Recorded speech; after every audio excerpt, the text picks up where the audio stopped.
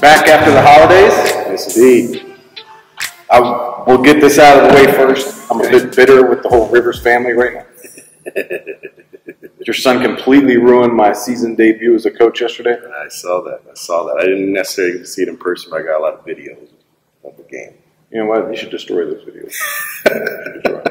I told you I'm not calling him by name anymore. He's your other. That's it.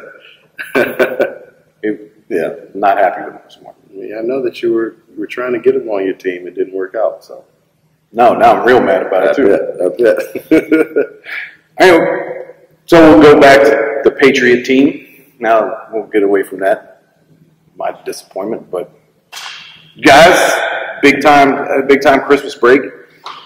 Went to the Governor's Challenge, won, did something nobody thought you were going to do, going up there and winning a bunch of games. Yep. Took that thing over. You guys had a big game against Battlefield, coming back off of the holidays and stuff on Friday night. Yes, we did. Close game? Ended up being closer than it probably should have been. We couldn't make a free throw in the last minute and a half. I think that if I had to guess, I would say that we were like 2 for 8 in the last 2 minutes of that game from the foul line, with the guys shooting free throws that we won shooting free throws, which it's a concentration thing. We have to be better about it. But, obviously Battlefield played extremely hard. And being a crosstown rival was a tough game. But I think that the final score didn't necessarily tell the story about how most of the game went, especially in the second half. First half was a little bit closer, but third quarter we kind of blew it open a little bit. Fourth quarter we had a lead, and then they started to foul. We started to miss foul shots. They started to make shots. Mm-hmm. And so it ended up being 73-68. But, it was one of those things that I was happy we won. It was a district game, rivalry game. But to be happy with how we performed overall, I was not. So a game like that, I mean, you're only playing one of those teams a year. You're only playing one of your biggest rival. You're only playing them. It's not like you got multiple schools that you got to go against that. For your guys, they know all those guys on the Battlefield team.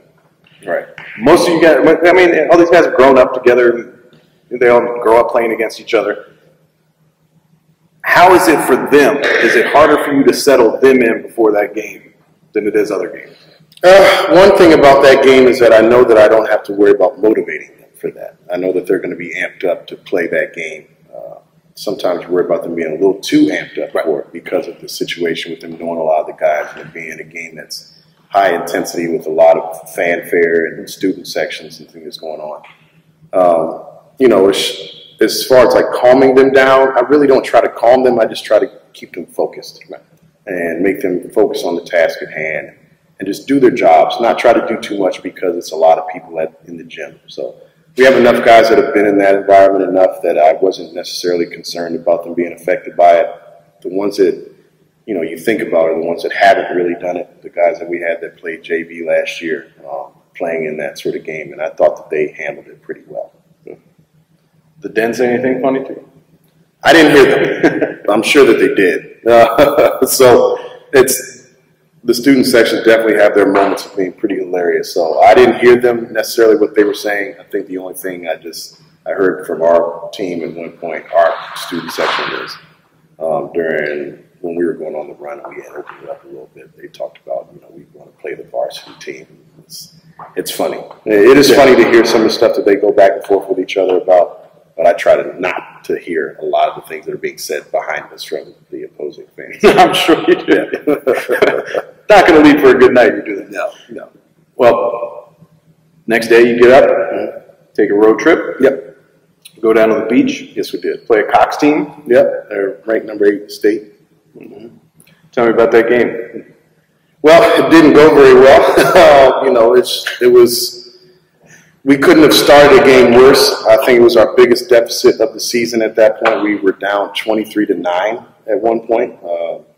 At the end of the first quarter, it was pretty bad. We looked like we had just took a long trip and played a game the night before, which is no excuse because you have to be ready to play regardless. I mean, they're young kids, 15, 16, 17, 18 years old. They should be able to get out there and get it done. But we just did not mentally approach that game the way that we should have.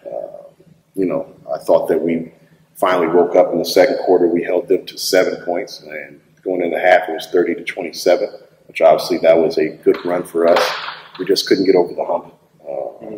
You know, we had opportunities to take the lead. We just didn't execute the way that we should. You know, if we were going to lose a game, that would be the one to lose. It wasn't in district. Obviously, you don't ever want to lose any game when you play, but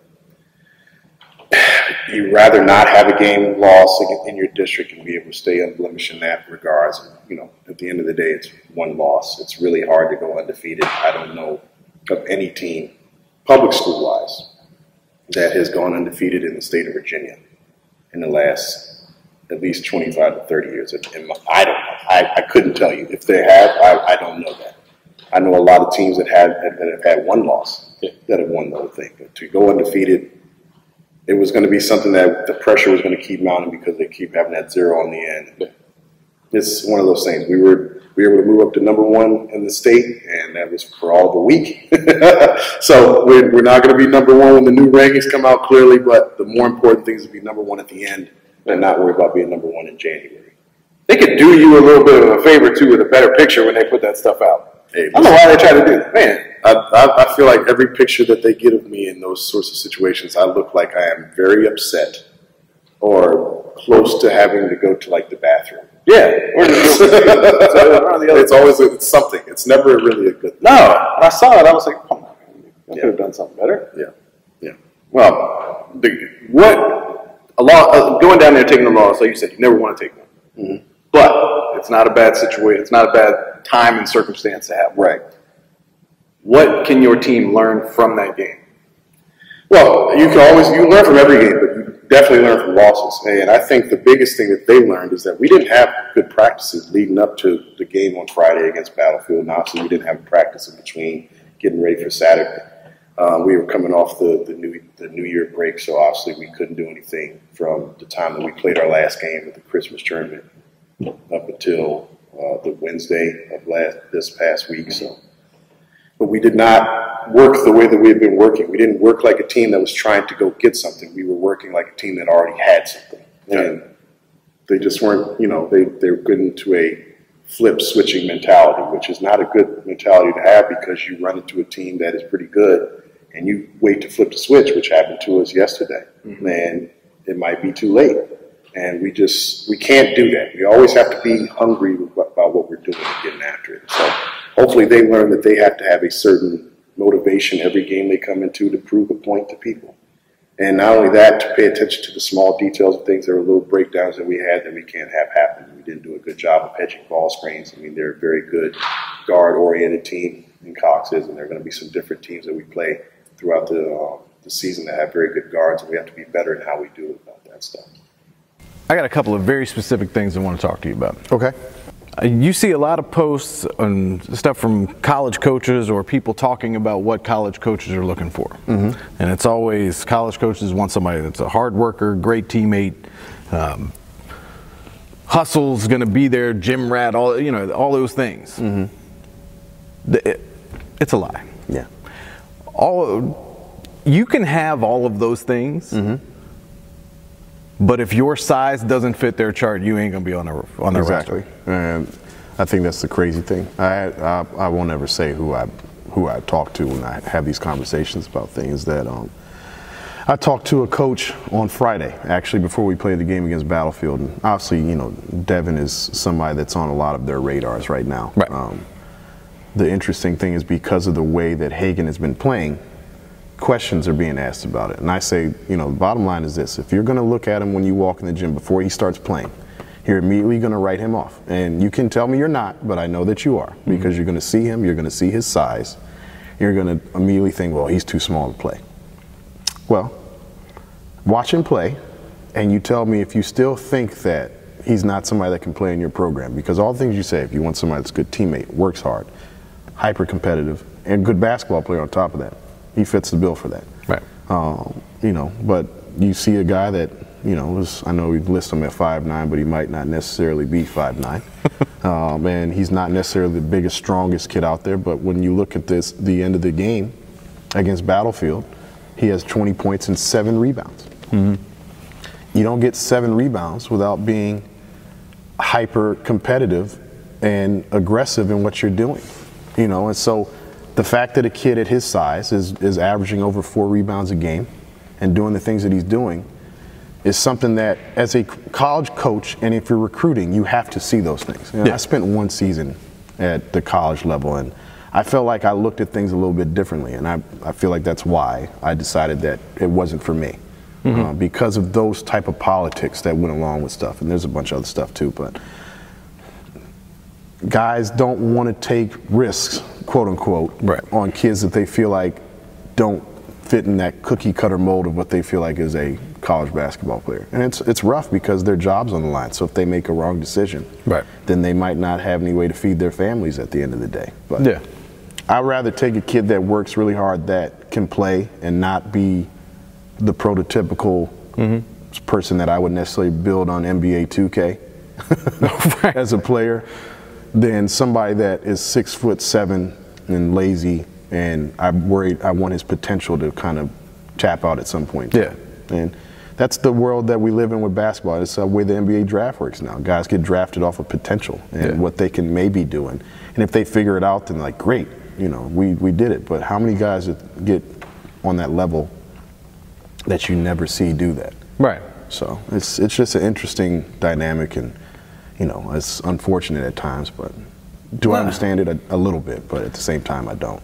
No, exactly. No, I understand that your job is on the line, but at the same time, your job is on the line to win basketball games. You got to get the best person. I don't care what their size is. I don't care what they look like. You got to get the best person to play basketball. And it's not, you know, obviously this conversation's got something to do with Devin and Hagan, but it's not just them. I mean, if you look over the last couple of years, 2 years ago, Dom Fragala was 37 points a game, but not getting the offers that he should. Before that, it was Blake Francis at Westfield, not getting the offers that he should because of his size. And those are two guys. I think Blake's at Richmond now. Went and was, what, Rookie of the Year at Wagner in the conference. It's like guys don't, like, if they can play, they can play. You know, it's and who was the other one that you were just saying? Dom Fragala. And Dom averaging 37. It wasn't like a 37 that was like, man, he's just jacking everything and shooting horrible shots. Like, Dom was a very good basketball player. And before he was averaging 37, he was averaging 17 on a team that went to the Final Four. So it's like, what else do you want the kid to do to prove to you that he can play at that level? So sometimes it happens later than others for some kids. It's unfortunate because I know it's nerve-wracking for them and their families. But I wish there was a better way of them evaluating talent than you're not 6'3" or 6'3" between 6'3" and 6'9". So, it just bothers me. Just stop with all the stuff about who you're looking for. Especially when you're at like the D2 and D3 levels. This, you know, Division I get it. You got to have athletes. They got to be able to play because the guys you play against. Like, I understand. Not everybody on the floor has to be that. But at the D2 and D3 levels, I don't understand it. I don't get it. Especially if the kid has the grades and he's able to play. You know, not to talk about, you know, our program, but if he comes from a program where he's been taught something and he understands the game. It's like, I mean, what risk are you taking? It's not a scholarship. You know, bring him there. If he's good, great. Then you end up getting a really good player. You know, but if he's not, then oh well. That's just frustrating. It is. Yeah, especially for a short guy like myself. But second thing I want to talk to you about.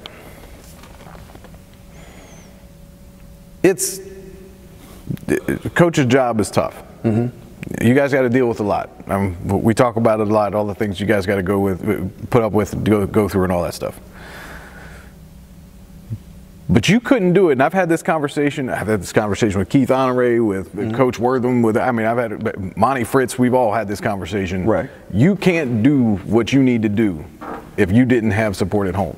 You know, obviously, you know, the support you get at home. But just to give you an idea, Friday we played a game. We get done, it's late, and I got to get up in the morning. I got to get on the bus and go travel all the way down, be gone all day. And the thing about it is I got two of my sons that have GBA basketball games. So, you know, support you get from home is obviously, you know, my wife does a good job of making sure the boys are getting to practices and to games when I'm not able to take them because I have practices or games, and, you know, them playing basketball during the same time that we're playing basketball. So the support you get at home is important, not only from, you know, the main part, but the extended part. You know, also, you know, with my parents, they're part of the staff. My mom's a scorekeeper, my dad's on the bench with us, but their support is great. You know, my mom is our babysitter for the baby. She comes over every day in the morning and watches and gets the boys on the bus and watches him.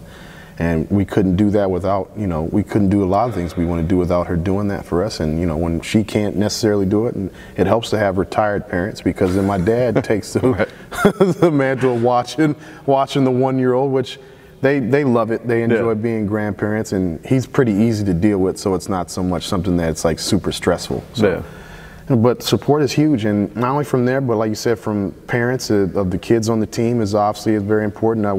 You know, special shout out to Cheryl Van Diver, Hagen's mother, who's, you know, quote unquote like the team mom for us. She, you know, organizes the concession stuff for us. She goes to booster meetings when I can't. I think she's going to be a big part of like organizing senior night for us. So it takes a village to get it done. You know, you hope that everybody can stay as close knit as they can through the process. And obviously, you know, the coaches being able to do the stuff that they do when I can't get over to the open gym when kids maybe want to come shoot, they can come do some stuff with them and have conversations with them. One thing that you have to understand in this is that you're not going to make everybody happy.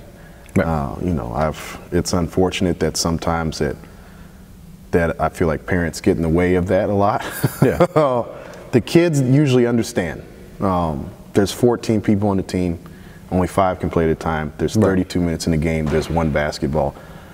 The fact that we play like 12 guys on some nights is kind of outrageous when you think about it. There's going to be a man out, an odd man out a couple of nights. It could be, you know, and I was having a conversation with our players about this the other day. We have 14 guys on our team that can play.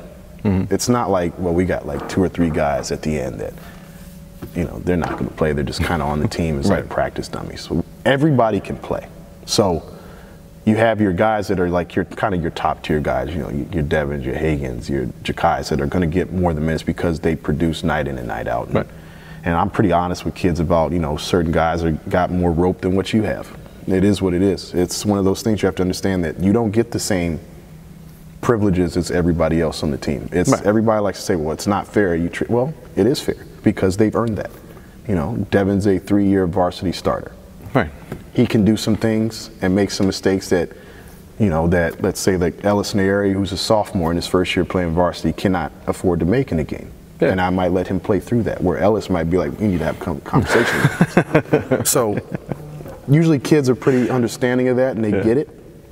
And I have conversations with them throughout the year, all the way through the off season and the summer into the season, about roles and how they can do better and compete. And the biggest thing, compete, get after it, practice, prove to me that you deserve to be out there. But, you know, it was so funny because I said this. My first year was a honeymoon period. They were very happy. There was a new guy in town. They were happy. It didn't matter. We were having some success. The next year we had a winning record for the first time, so everybody was still pretty happy. And I said this during the middle of the day on Friday. I said, pretty soon I'm going to start to have complaints. I knew it was coming because now we've gotten good, and people can't just be happy with that. And lo and behold, I get a complaint about a kid playing. Not from kid, you know. So it's one of those things that you can't really do much about that. I try to have the kids be accountable for themselves. If they want to have a conversation with me or anybody on the staff, they're more than welcome to come anytime they want to. I am not going to have conversations with parents about how much your kid's playing. I'm just not going to do it. I'm never. It's one of those things that I just have to take a stand on that, because it's one of those things that's a really bad thing in basketball these days, where they want to ask you why. Well, your kid knows.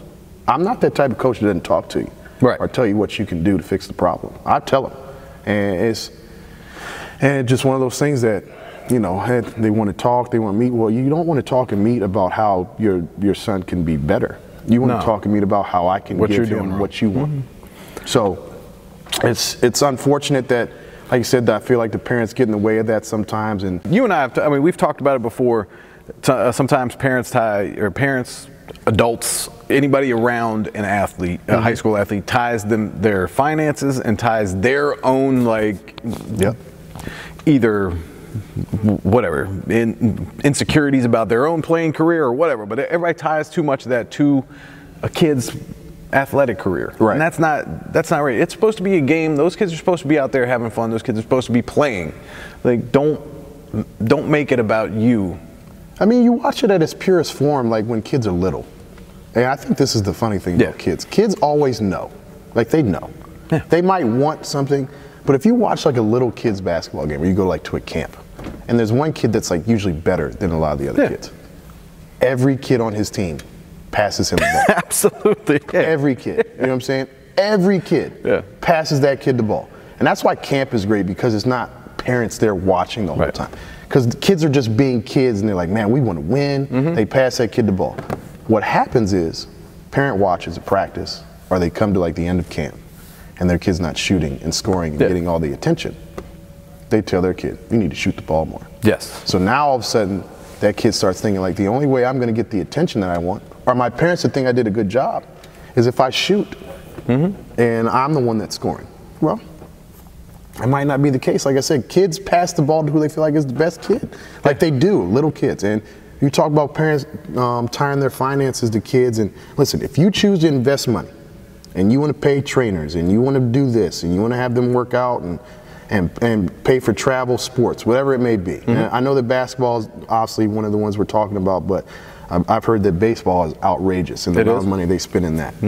That's a decision you make. Yes. There can't be something where I better get something out of this, because it's your kid. Yeah. You know what I'm saying? It's like you're doing this because it makes them happy, not because you're thinking like, well, I'm going to do all this so it makes sure that they end up getting a scholarship. And I wish that there was a class for parents so they could see the percentage of kids that end up getting Division I scholarships. Right. Because we tell the kids all the time. The parents seem to not understand this, and the parents, for some reason, seem to think that, well, my kid can play college basketball. And I talk about this all the time. 2015, when I was coaching at Potomac, Keon Honore, very good guard, been on varsity since he was a 9th grader, was the player of the year in the region, was first team All-State, I think, first or second team, whatever it may be. And you got a kid who's a player of the year in the region, and you know, you think, well, that kid's got to be a Division I. He's playing Division III basketball at Virginia Wesleyan. Yeah. It's not a scholarship that he went to go play there with. That was the best fit for him. Last year, Drake, first team All-District, All-Region. He's playing Division III basketball at Wilkes University in Pennsylvania. There's no guarantee that your kid's going to get a scholarship to play sports, because there's a small percentage of kids in the country that go play college basketball. And the kids that are on those teams were the best player on their high school team, not the 13th guy on the court. And instead of them looking at their kid and being like, you know what, he might not be as good as them, they immediately start looking at any mistake that really good player makes. Well, how come he's allowed to do that? Well, because he's not your kid. Yeah. You know, and they get mad and they say things like, well, you have favorites. Yeah, I do. I hate to tell you guys that. I love all my kids, my own kids. I love them. I have favorites when it comes to them. You know what I'm saying? I love the ones that do what I ask them to do and don't get in any trouble. You know what I'm saying? You know, those are the ones I do. Like, I love them all the same, but I said the favorites are the ones that never give me any issues. Yeah. And it's the same thing when it comes to coaching kids. It's like, my favorite kids are the ones that do what I ask them to do, work their tails off, and on top of that, produce every time that I give them a chance to.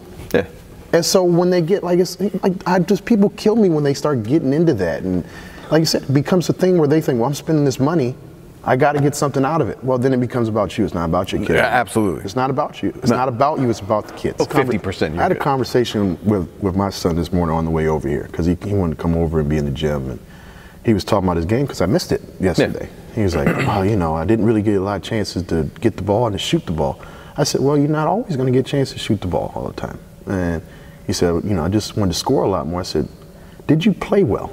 Did you rebound the basketball? Did you play good defense? Did you find your open guys when they were open? Those are things that are important.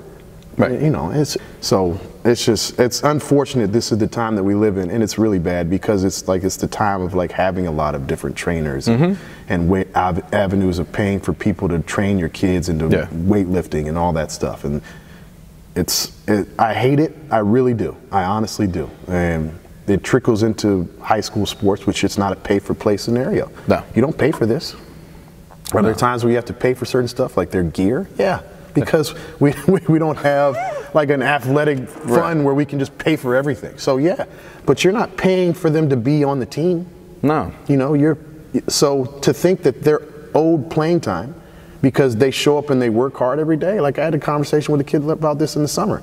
He's like, I work hard. I said, hey, I got 35 kids that show up at 7 a.m. and run on the track.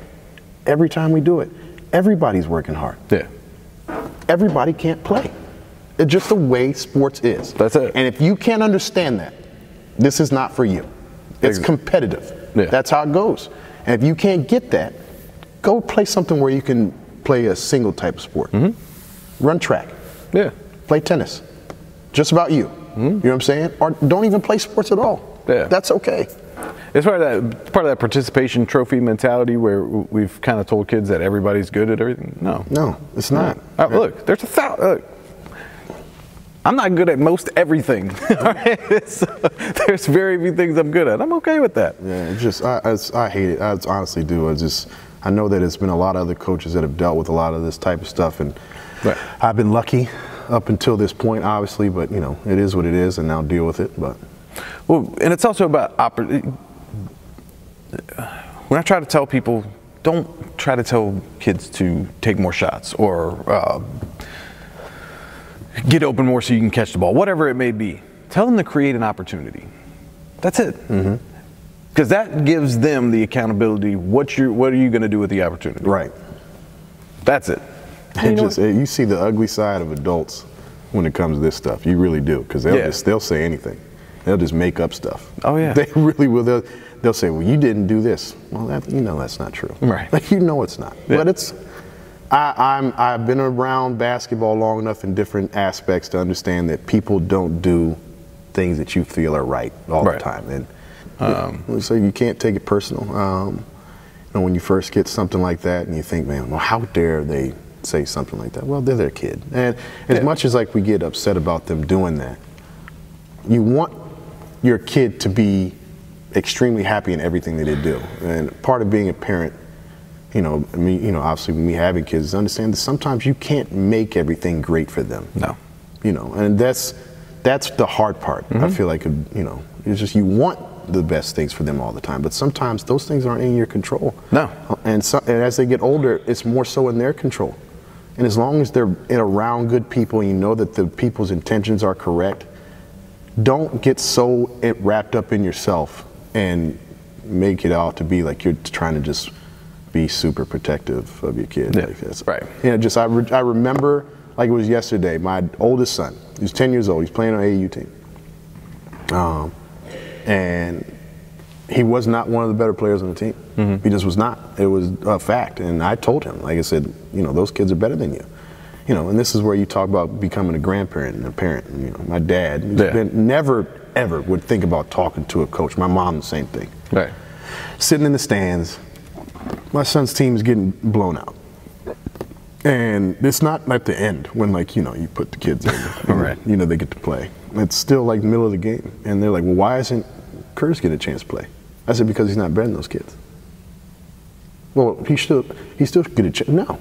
I said, they practice every day.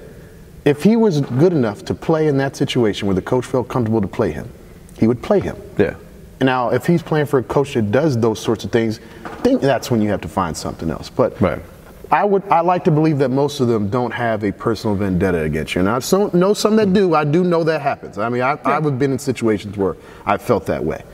But I knew for a fact he wasn't better than the kids that were out on the floor.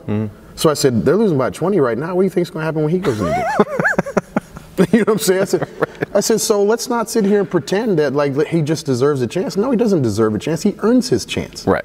And that's the thing about it that gets lost is that, well, it's not an equal opportunity thing. It's not how sports works, guys. It's not it. It's not it. It's not like, well, everybody gets a chance to play in the game. Everybody gets a chance to compete for a chance to play in the game. Right. That's what you get. Yeah.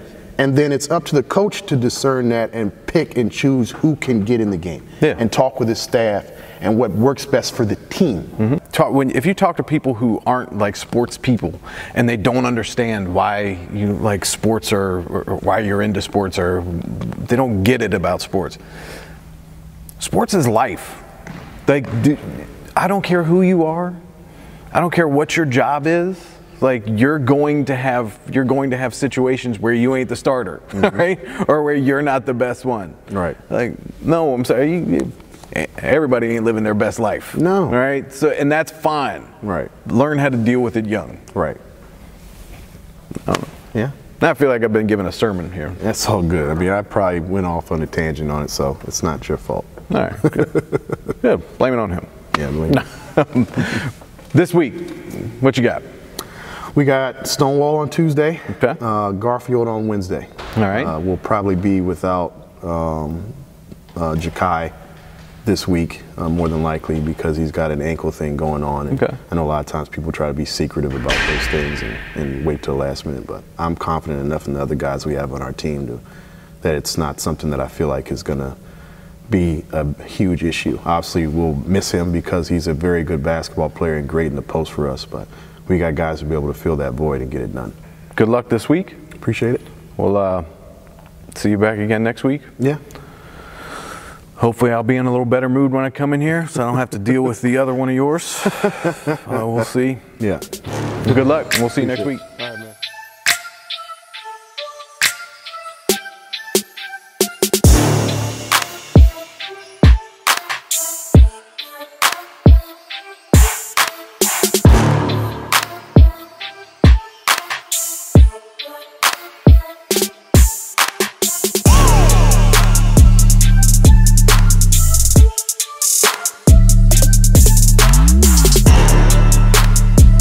Go to work.